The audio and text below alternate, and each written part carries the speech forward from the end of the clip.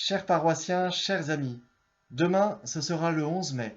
Nous sortirons enfin, avec prudence bien sûr, de ce confinement qui est devenu très pesant pour certains d'entre vous.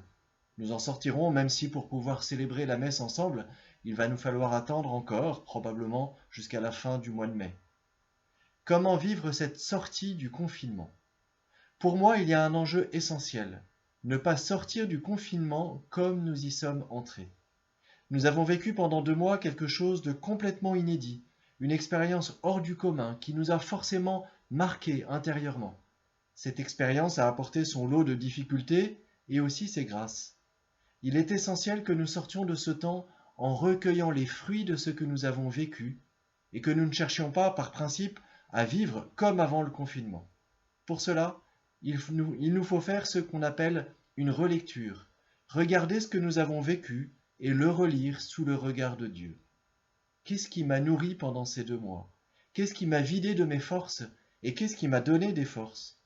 Qu'est-ce que j'ai pu vivre d'inhabituel et que je suis heureux d'avoir vécu et quelles expériences ont été au contraire particulièrement douloureuses?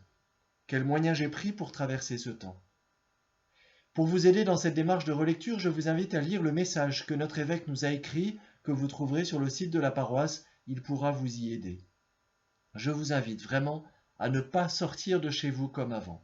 Voici le défi de cette semaine, prendre les moyens de vivre différemment après le confinement, de vivre mieux en gardant les enseignements que ce temps nous a donnés. Très concrètement, je vais maintenant vous parler de ce que la paroisse va vous proposer cette semaine pour vivre votre foi dans cette période de transition. Cela se résume en deux axes. Prier en petits groupes à la maison et venir à l'église. Premier axe. Une des grâces de ce temps de confinement a été la prière à la maison. Pour beaucoup d'entre vous, ça a été une découverte ou une redécouverte. Pour d'autres, un approfondissement. Votre maison est un lieu de prière.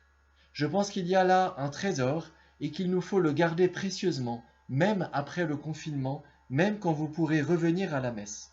Vous êtes donc invité à continuer à prier à la maison, et si vous n'avez pas réussi à le faire pendant le confinement, il n'est pas trop tard pour vous y mettre. Et à partir de cette semaine, vous pouvez élargir un peu le cercle en vous joignant à des voisins, des amis. Vous pouvez organiser des petits temps de prière chez les uns, chez les autres, en n'oubliant pas d'inviter des personnes seules. C'est important. Il faut simplement veiller à ne pas dépasser 10 personnes. Sur le site de la paroisse, vous trouverez un petit guide qui pourra vous aider à mener un temps de prière. Vous pourrez aussi vous réunir à 10 personnes pour regarder la retransmission de la messe. Ça vous permettra de la vivre dans une dimension un peu plus communautaire.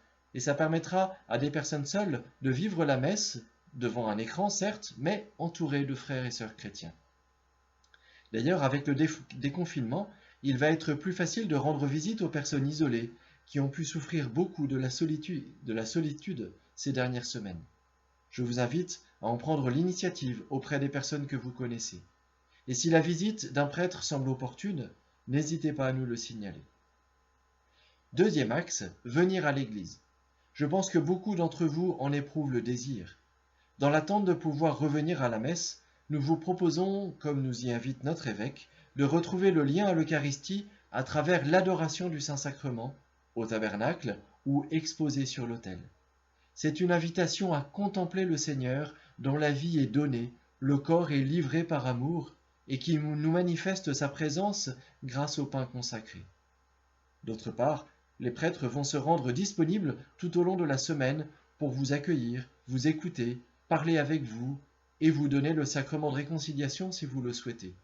Chaque jour de cette semaine, à certaines heures, le Saint-Sacrement sera donc exposé et des prêtres seront disponibles dans les églises.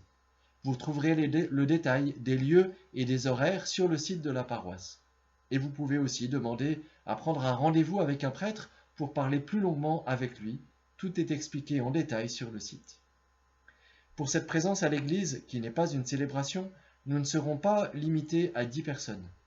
Mais bien sûr, il faudra bien respecter les gestes barrières, notamment l'espace d'1 mètre au moins entre chaque personne, et le port du masque sera recommandé dans les églises. En venant à l'église, vous pourrez aussi emporter des rameaux qui ont été bénis le dimanche des rameaux et qui vont être mis à votre disposition. Soyez raisonnable sur les quantités pour que tout le monde puisse en avoir. Il vous est toujours aussi possible de partager des intentions de prière sur le site de la paroisse, et vous pouvez aussi le faire dans les églises pendant les temps d'adoration. Vous pouvez en préparer chez vous sur des petits papiers et vous pourrez les déposer dans une corbeille. Enfin, le direct de 19 heures va continuer jusqu'à la reprise des messes. Vous pourrez donc nous retrouver tous les jours en vidéo pour un petit enseignement d'un des prêtres et la prière des vêpres, tout au long du mois de mai encore. Chers amis, ce temps de déconfinement correspond à la préparation de la fête de la Pentecôte. Prions l'Esprit Saint pour qu'il nous guide et nous inspire la manière de vivre après ce confinement. Et ce temps correspond aussi au mois de mai, mois de Marie. Prions-la pour qu'elle nous rende, comme elle, capables de retenir et méditer dans notre cœur les événements que nous vivons et les signes que Dieu nous donne. Chers amis, chers frères et sœurs, que Dieu vous bénisse et vous garde. Restons en communion de prière. À très bientôt, bon dimanche.